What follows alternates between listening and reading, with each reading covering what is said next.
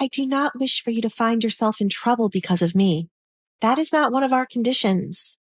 Alessandra touched his hand to stop him from taking the sword with him.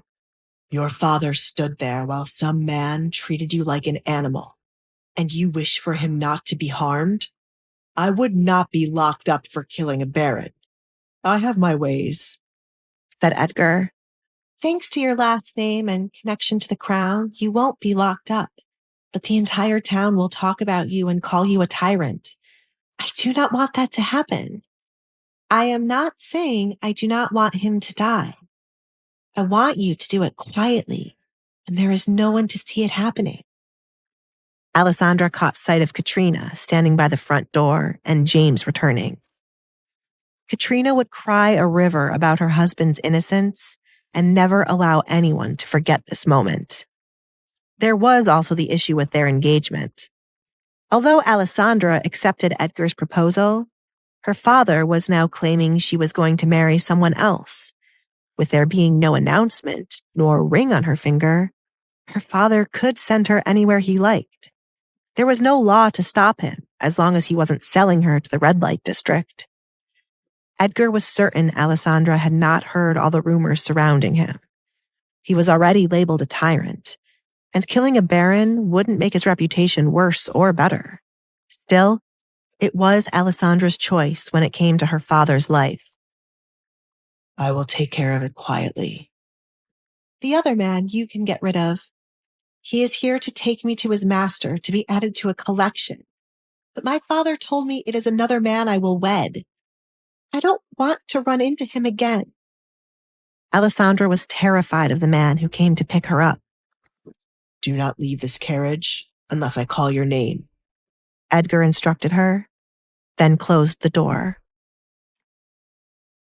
Edgar, I believe it would have been right for me to hear what you were talking about with my daughter. There is no need for you to get violent. Desmond stepped back as Edgar started walking towards them with his sword dragging against the ground. There was someone who asked for Alessandra's hand before you did. Who? Edgar asked in a low tone. He was tempted to do as he pleased, but his soon-to-be wife in the carriage would never forgive him if he did. Edgar was trying to follow the lengthy lecture Alfred gave him. It was something along the lines of a happy wife, happy life. Who are you trying to send my woman to? Didn't I make it quite clear the last time I was here? If a single strand of her hair was out of place, I would kill you. Silly me. Edgar raised his sword to tap it against his head. Faint red lines formed where the sword grazed his skin. My memories must be messed up. Careful, Edgar, Desmond gulped. What sort of madman would tap their head with a sword? Well, are my memories messed up, Baron? No, but there was a man who came before you, and... Who? Edgar repeated the word much louder this time. I saw you, Baron, raising your hand like you wanted to slap her, but now you cower before me. You are no man. I gave you such a simple fucking warning, yet you slapped me in my face. Forgive me. Desmond dropped to his knees. He clasped his hands together, begging Edgar to spare him this once. I never intended to disrespect you. You there. Edgar pointed his sword at Rowan when he started to walk to the other parked carriage. It would be rude for you to not introduce yourself. Rowan frowned, slightly annoyed he was brought into the Baron's mess. The Baron had one simple job, to send off Alessandra, and now the Duke was involved. He needed to leave before the Duke could question him about his master. Allow me to introduce myself, Duke Collins. There seems to be a misunderstanding. Rowan walked up to Edgar with one hand out for the Duke to shake and another behind his back, hiding his dagger. Desmond covered his mouth, tears falling from his eyes as he watched Rowan's head fall to the ground. He could not pinpoint when Edgar had swung his sword to execute Rowan. The only evidence was Rowan's severed head and the rest of his body falling to the ground, staining it with blood. You should thank Alfred for it being quick and painless. He sent my sword to be sharpened this morning. Alfred might be able to see into the future. Don't you think so, Baron? Edgar pointed his sword at the next person he wanted to decorate the floor with. I don't know. Desmond wept. He knew he would be next for what he did to Alessandra. He could not understand why Edgar was acting like a madman because of his daughter when they only spoke twice. Had he mistaken how quickly Edgar fell in love with his daughter? Get up, Baron. Get up and look at me the same way you were looking at Alessandra when she was pinned to the ground. Raise your hand to me, Edgar yelled, frustrated with how much of a coward Desmond was. But yet he stood proud when his own flesh and blood was on the ground, fighting against a man she did not know. Please spare me. Alessandra! Desmond called to the carriage for his daughter. My sweet child. Please come out and tell him to spare me. She has already asked me not to kill you right now. Alessandra, come out. Edgar called to the carriage. She did not want her father to be killed when there were many eyes watching. But that did not mean he could not be inflicted with some type of pain. Edgar wanted her to stand by his side to watch it happen. Alessandra opened the carriage door, revealing herself with the Duke's coat still covering her head. Her eyes widened at the sight of the man's head a few inches away from the rest of his body. He truly killed him, she thought.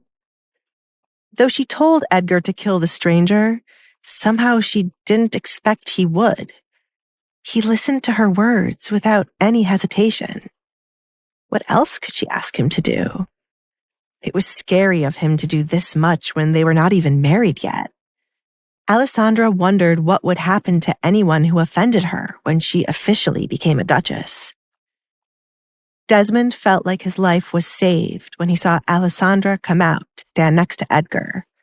She was not cruel enough to have her own father be killed by the hands of a man she barely knew. Alessandra, sweetheart, tell the Duke this is all a big misunderstanding. Sweetheart? Alessandra repeated the one word that stood out to her.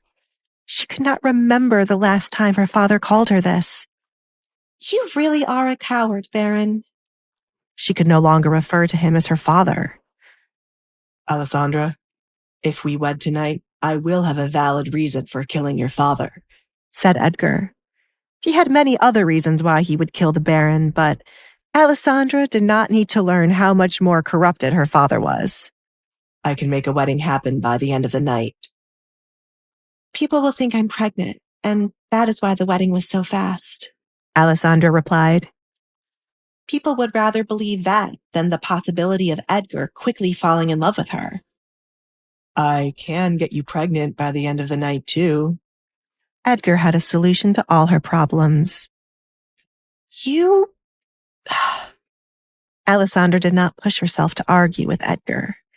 He was only trying to help her end things with her father tonight. At some point, everyone would realize she was not pregnant, and that was not the reason behind their flash marriage.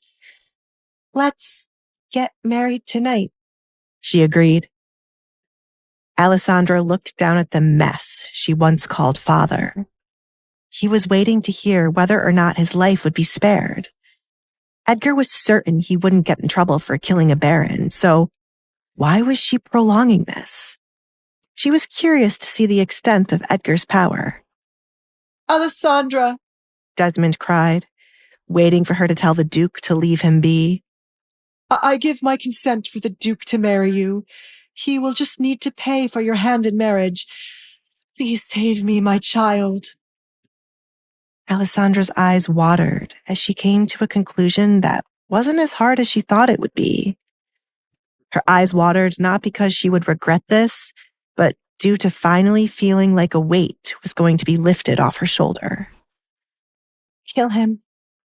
Do it quickly so we can get married before the town guards are alerted, she instructed Edgar, then turned around to go back to his carriage. Alessandra, Desmond muttered in belief.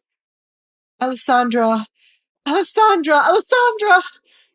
Alessandra kept her head high as she listened to the Baron screaming her name until his voice became a faint whisper in the cold night air. Please subscribe to the Pocket FM YouTube channel and press the bell icon for instant notification. Check out our channel for more such exciting shows.